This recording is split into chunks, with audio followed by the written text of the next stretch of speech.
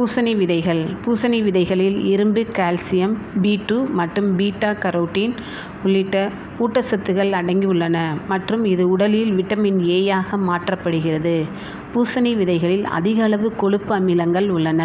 இது ஆரோக்கியமான இரத்த நாளங்களை பராமரிக்க உதவுகிறது, மேலும் கெட்ட கொழுப்பை குறைக்கவும் உதவுகிறது. பூசணி விதை நோய் எதிர்ப்பு சக்தியை அதிகரிக்கிறது. மிக முக்கியமாக பெண்களுக்கு வெள்ளைப்படுதலை நீக்குகிறது.